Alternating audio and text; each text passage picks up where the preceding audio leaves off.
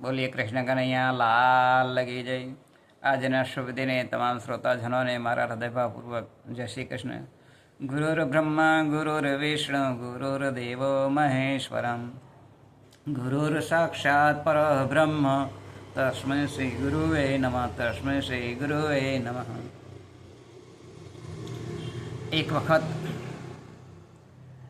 એક બેન એક દુકાને સામાન લેવા માટે ગયા અને એ સામાન એમણે લીધો તે વખતે થોડી રકઝક થઈ. તેમણે 70 રૂપિયાનો સામાન લીધો હતો અને વેપારીએ ભૂલથી એમને 80 રૂપિયા આપ્યા. બેને 100ની નોટ આપી એટલે વેપારીએ 80 રૂપિયા આપ્યા. બેન પોતે ઘરે ગયા પછી એમણે હિસાબ કર્યો તો એમને ખબર પડી કે 10 રૂપિયા એ મારી પાસે વધારે આવ્યા છે. આ બેન વિધવા હતા, એમને માત્ર એક બાળક હતું. એટલે આ બેન તરત જ એ દુકાને પાછા આપવા માટે ગયા, પણ જોગાનો જોગ રાત્રિના 8 વાગ્યા હતા એટલે એ દુકાન બંધ થઈ ગઈ હતી. આ બેન સવારે 10 વાગે ફરીથી 7 કિલોમીટર ચાલી અને ત્યાં જાય છે વેપારીને ત્યાં અને કહે છે કે શેઠ, તમારા લેવા 10 રૂપિયા હિસાબની અંદર વધારે આવી ગયેલા. મેં તમને 100ની નોટ આપી હતી તો મેં 70 રૂપિયાનો સામાન લીધો અને તમે મને 80 રૂપિયા આપ્યા હતા. ત્યારે પેલા વેપારી કહે છે કે 5 રૂપિયા માટે તો તમે રકઝક કરતા હતા. ત્યારે પેલા વિધવા બેન કહે છે કે હા, જે વસ્તુની જે કિંમત હોય એની અંદર મારો અધિકાર છે કે હું જે ભાવથી બજારની અંદરથી ખરીદું છું એ જ ભાવ તમને હું આપું. મારો એવો આગ્રહ હતો એટલે હું રકઝક કરતી હતી. ત્યારે પેલા શેઠ કહે છે કે આ 10 રૂપિયા તમે 7 કિલોમીટર ચાલીને આવ્યા છો તો ના આપવા આવતા તો ચાલતું નહીં. ત્યારે પેલા બેન કહે છે કે ભલે તમને કંઈ ફરક પડતો નથી, તમારી આવડી મોટી દુકાન છે એટલે, પરંતુ મને તો ફરક પડે છે કે કદાચ હું વિધવા છું અને મારો એક બાળક છે અને બાળકને એનો ઋણ એ ચૂકવવું પડે, એટલા માટે હું તમને આ તમારા 10 રૂપિયા પાછા આપવા માટે આવી છું. આમ કરી અને પેલા બેન પાછા નીકળી જાય છે. એટલે પેલા શેઠના મનની અંદર વિચાર આવે છે કે ખરેખર કાલે મેં સામાન મંગાવ્યો છે બજારની અંદરથી, એ સામાનની અંદર 300 રૂપિયા મારા વધારે આવેલા છે, તો લાવ જેની પાસેથી મેં માલ લીધો છે એમને હું પાછા આપવા જાઉં. એટલે પેલા જે શેઠ હતા કે બીજા બજારની અંદર જેમની પાસેથી માલ લીધો હતો એમને એ પોતે 300 રૂપિયા આપવા માટે જાય છે અને ત્યાં જઈને વાત કરે છે કે શેઠ, તમારા 300 રૂપિયા કાલે ભૂલથી એ મારી પાસે આવી ગયા હતા એટલે લ્યો તમારા 300 રૂપિયા. એટલે પેલા શેઠે વિચાર કર્યો. એ શેઠનું નામ હતું મોહનભાઈ. એ મોહનભાઈએ વિચાર કર્યો કે ખરેખર મારું આવડું મોટું ગોડાઉન છે અને અહીંયાથી હું તમને માલ સપ્લાય કરું છું, તે આ 300 રૂપિયા કેમ સવારની અંદર આપવા આવ્યા? ના આપવા આવતા તો શું ફરક પડતો, મારે આટલો બધો બિઝનેસ ચાલે છે ને. ત્યારે પેલા જે સામે 300 રૂપિયા આપવા આવ્યા હતા એ શેઠે કહ્યું કે કદાચ ભગવાન હિસાબ માગે મારી પાસે અને હિસાબની અંદર જો આ 300 રૂપિયા જો મારા દીકરાઓને ભોગવવા પડે એના કરતો હું તમને આપી દઉં તો મારા દીકરાઓને એ ભોગવવા ના પડે, એમને કોઈ દુઃખ ના આવે, એટલે આ 300 રૂપિયા હું તમને પાછા આપવા આવ્યો છું.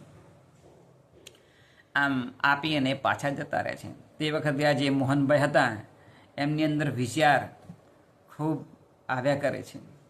એમને ખબર છે કે મારા એક મિત્રએ મને 10 લાખ રૂપિયા આપ્યા હતા અને એ મિત્ર એ મરી ગયો છે, એને હું 10 લાખ રૂપિયા પાછા આપી શક્યો નથી. તો ખરેખર જો આ 300 રૂપિયા આ ભાઈ જો મને આપવા આવતો હોય તો મારે એ મારો જે મિત્ર હતો અને જે મરી ગયો એને ઘેર જઈને મારે 10 લાખ રૂપિયા આપવા જોઈએ. આમ મોહનભાઈના મનની અંદર મનોમંથન અને વિચારો આવ્યા કરે છે અને વારંવાર એમને એ જ વિચાર આવે છે.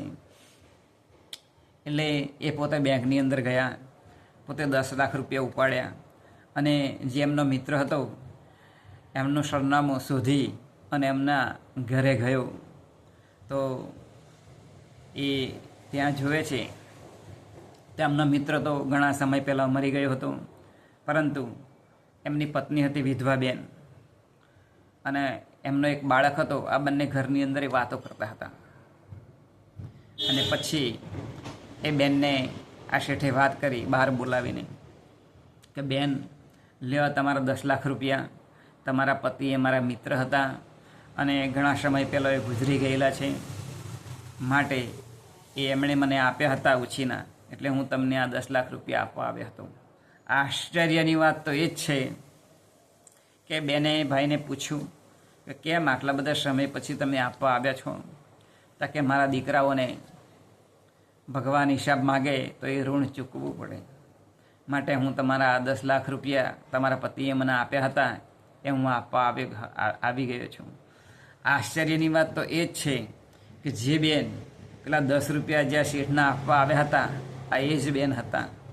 એટલે પેલા જે શેઠ હતા એ શેઠ એ બેનના ચરણમાં પગે લાગે છે અને માફી માગે છે કે ઘણો બધો સમય થઈ ગયો છે, પરંતુ હું તમને પૈસા પાછા આપી શક્યો નહીં, પરંતુ આ તમારા 10 લાખ રૂપિયા લો. આમ કરી અને બેનને 10 લાખ રૂપિયા આપે છે.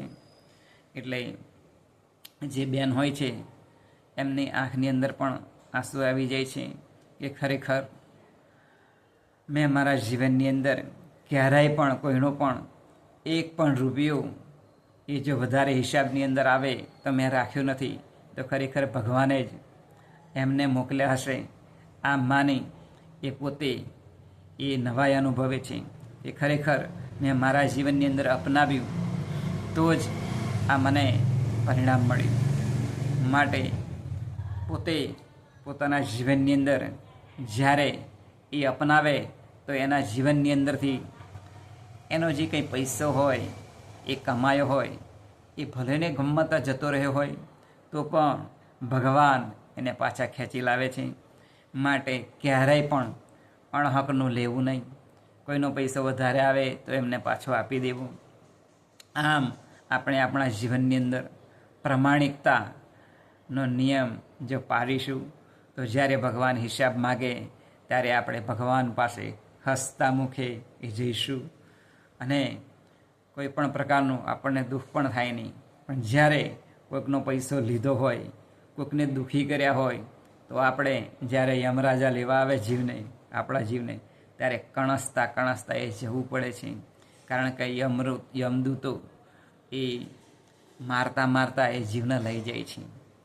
કારણ કે 2 પ્રકારના યમદૂતો આવે છે. પુણ્ય આત્માને લેવા આવે છે ત્યારે જેમ જે પોદરો હોય અને એની અંદર મુવાળો હોય તો એની અંદરથી કાઢતા વાર નથી લાગતી, પણ એ જ પોદરો જ્યારે એ સુકાઈ જાય છે અને છાણું બની જાય છે ને એની અંદર જે મુવાળો હોય એટલે કે વાળ હોય ને એને જો ખેંચવામાં આવે તો વાળ તૂટી જાય. બસ આ રીતે જ જ્યારે એ યમદૂતો લેવા આવે છે તો દુઃખી માણસને કે જે કંઈ પોતાના કર્મો ખરાબ કર્યા હોય એને દુઃખી કરતાં એ લઈ જાય છે. જ્યારે જેમણે પોતાનું જીવન પ્રમાણિકતાથી જીવ્યું હોય, જ્યારે ભગવાન હિસાબ માગે ત્યારે એવા વ્યક્તિઓ ભગવાન પાસે, ભગવાનના ખોળાની અંદર એ હસતા જાય છે અને કોઈ પણ જાતનું દુઃખ અનુભવી શકતા નથી. માટે આપણે આપણા જીવનની અંદર ક્યારેય પણ કોઈનો પણ એક પણ રૂપિયો અણહકનો લેવો નહીં. કોઈકનો વધારે આવી જાય તો યાદ કરીને એને પરત દેવો. કારણ કે કહેવાય છે કહેવતની અંદર મોંને વાટે મણ જાય પણ નાકની વાટે એક કણ ના જવું જોઈએ. કારણ કે નાકની વાટે એક કણ જાય તો વ્યક્તિ જીવી શકતો નથી. માટે કહેવાય છે કે મોં વાટે મણ જાય પણ નાક વાટે એક કણ પણ જવો જોઈએ નહીં. એમ આપણે આપણા જીવનની અંદર ચોખ્ખાઈ ભર્યું, અરીસા ભર્યું એ સ્વચ્છ જીવન જીવીશું તો ભગવાન આપણા તેમના ખોળાની અંદર એ સારી રીતે બેસાડશે. એ જ આજના શુભ દિને પ્રાર્થના બોલી. કૃષ્ણ કનૈયા લાલ કી જય.